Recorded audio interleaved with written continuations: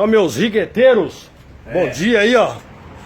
Consegui aqui meu mecânico número 1 aqui. Aproveitei meu eletricista número 1 também, ó. Meu triciclo ontem deu problema, não sei se é num satélite. Hoje que eu tenho que olhar pra cá, não sei se é no satélite, se é na quarta marcha, né? Ou se pode ser também a homocinética, né? Então, graças a Deus o meu amigo, meu mecânico número 1 tá aqui. E olha o que eu descobri, gente. Olha só. Que legal, olha só que... E a gente compra um troço achando que o negócio tá novo. Alguém tá vendo aí? Queimado ali?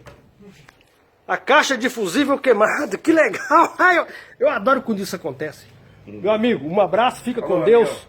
Eu sei que o seu trabalho é da melhor qualidade possível, porque não é a primeira vez que eu venho aqui trazer meu carro, meu triciclo, e você faz um excelente trabalho.